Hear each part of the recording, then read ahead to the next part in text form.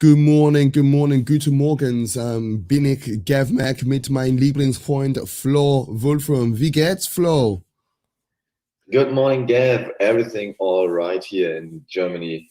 But I guess I'm getting a little hate today from my German fellows for wearing this shirt all day long. But it's coming home, and I'm looking forward to discuss yesterday's fixtures with you. Hey, dude, look, you're the closet Englishman. I'm the closet German. It's just the way it is. People need to understand. They need to recognize.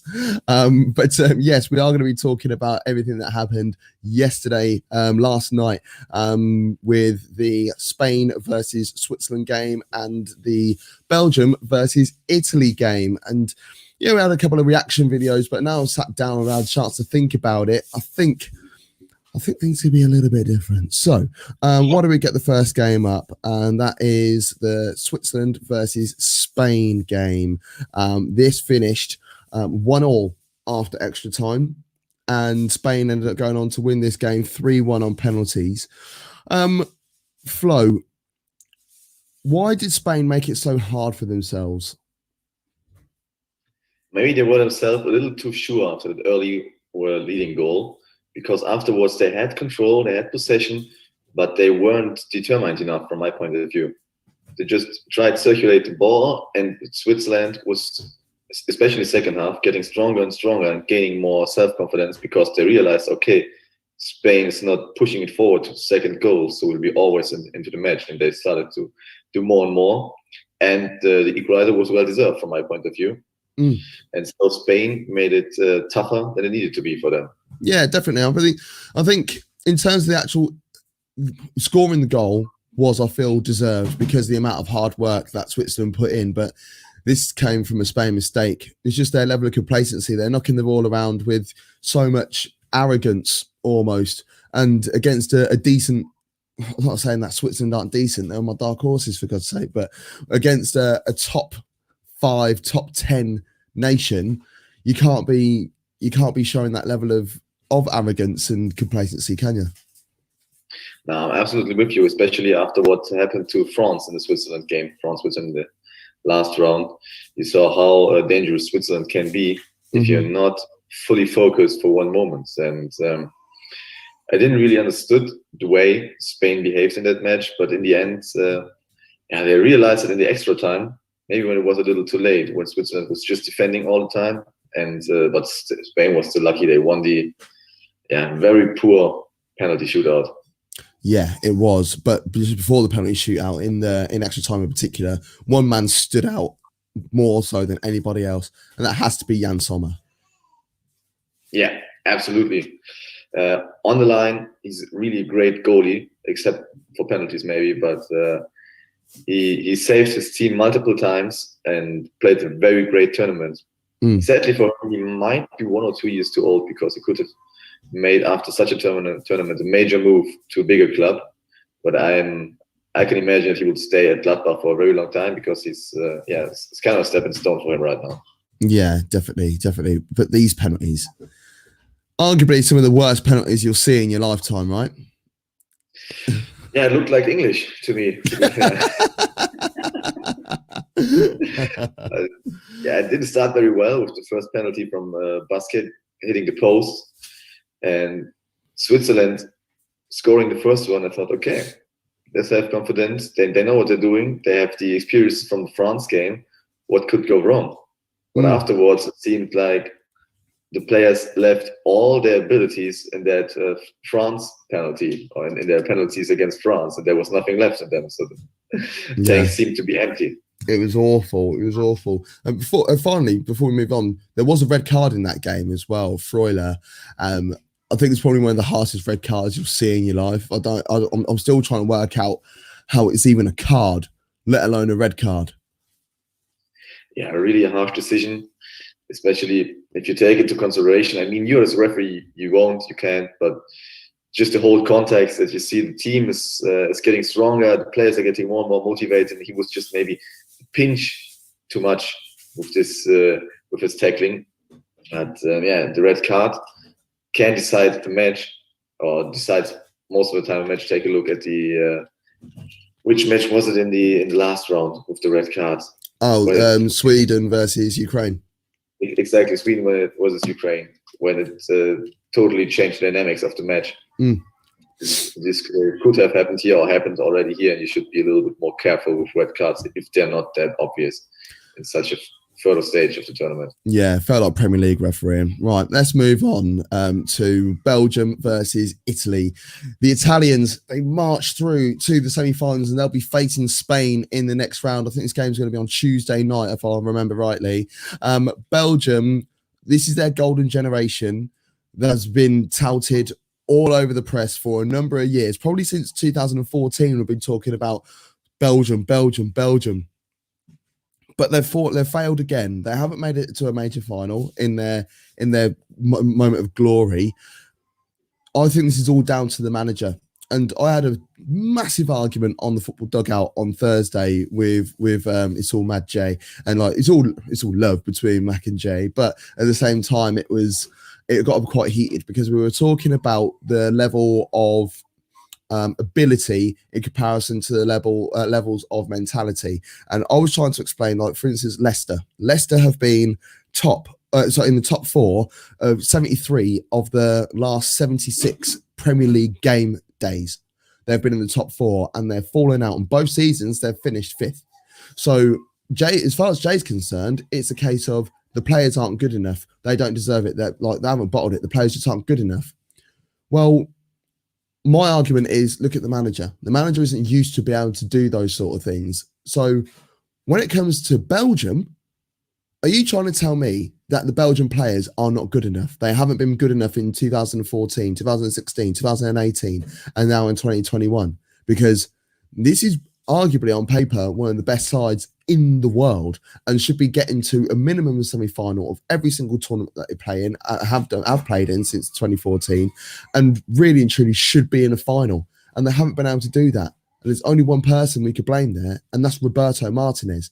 He is not good enough. It's nothing to do with the players. The players are fantastic. They're world-class talents. But Roberto Martinez is not a good manager. Yeah, I think there are 2 further arguments that support your thesis or your position.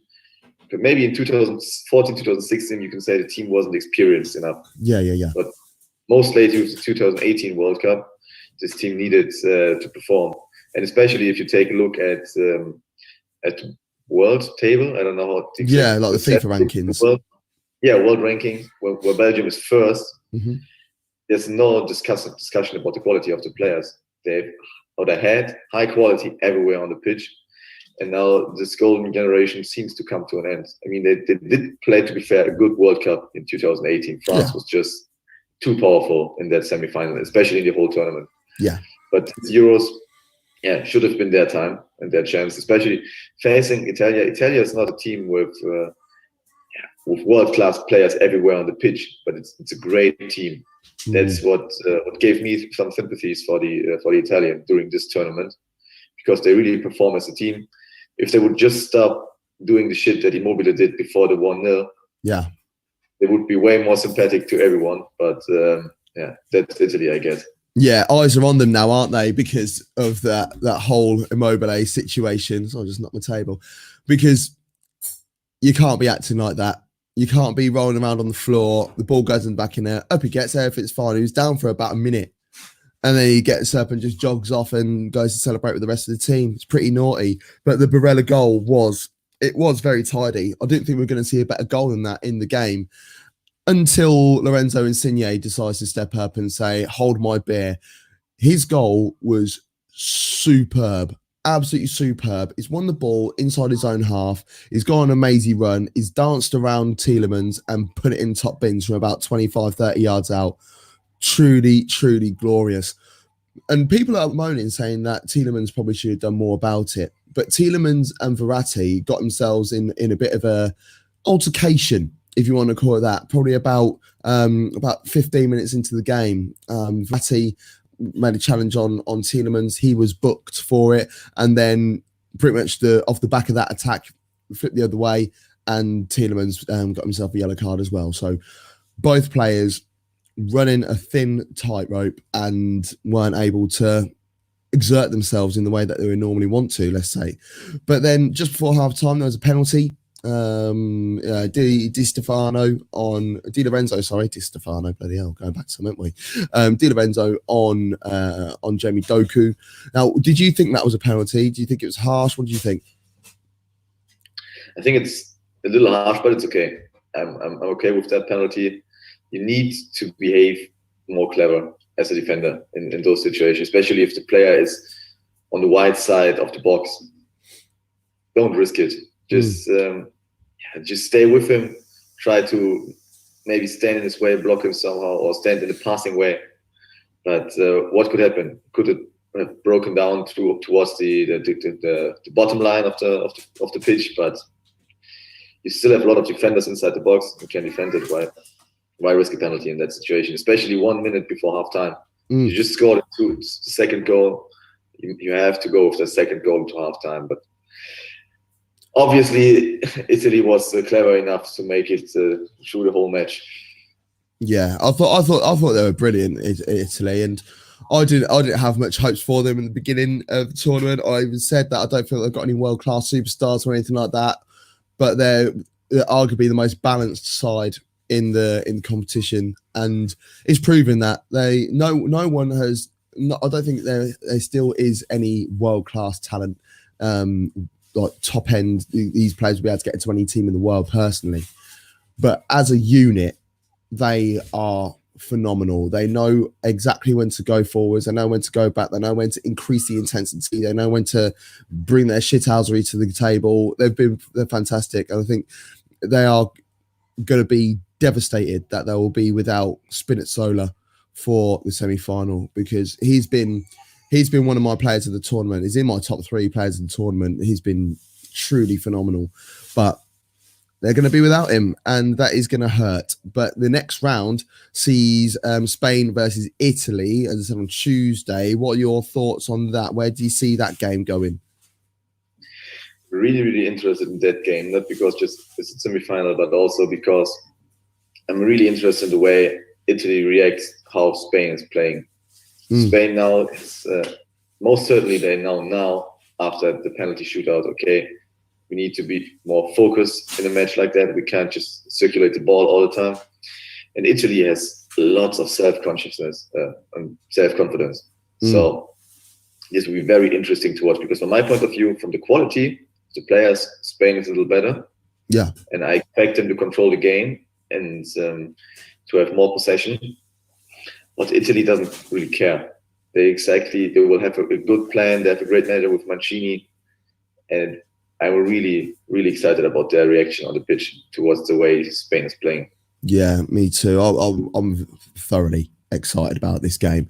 I want to see how that high energy is able to compete with the possession-based game. These are 2 completely different styles that are coming up against each other. So I'm very, very intrigued to see how it plays out. And later on today, we have 2 semi-finals. 2 quarterfinals, I should say. England versus Ukraine, of course, that's at 8 p.m. And then before that, we've got Czech Republic versus Denmark. Quick score predictions on those. Czech Republic versus Denmark. 3-1 for Denmark. 1 goal from Patrick Schick from Leverkusen, and Denmark is going to continue their way for Christian Eriksen. And then the big game, England against Ukraine. I hope England is not being too England-esque and throw it away after beating Germany. But I don't think so. The team is made sure, the team is determined. I say it's 2-0 again for England. Yeah, I'm going with a 2-0 Denmark. I don't want Patrick Schick to score, because if he does, then it will tie with Ronaldo at the top of the tree, and that would damage my pocket. So 2-0 to Denmark, and I'm also going 3-0 to England. And Sterling can stop scoring as well if he could, once again, for self-gain. But that is it from this morning. Thank you very much, everybody, for tuning in, getting involved in the show. All the socials have been on the screen the whole time, so I'm not going to tell you what they are, because you can see them. But that is it from me and Flo. We will be back in the morning. But until then, take care and have a wonderful day. Oh, and he's coming home.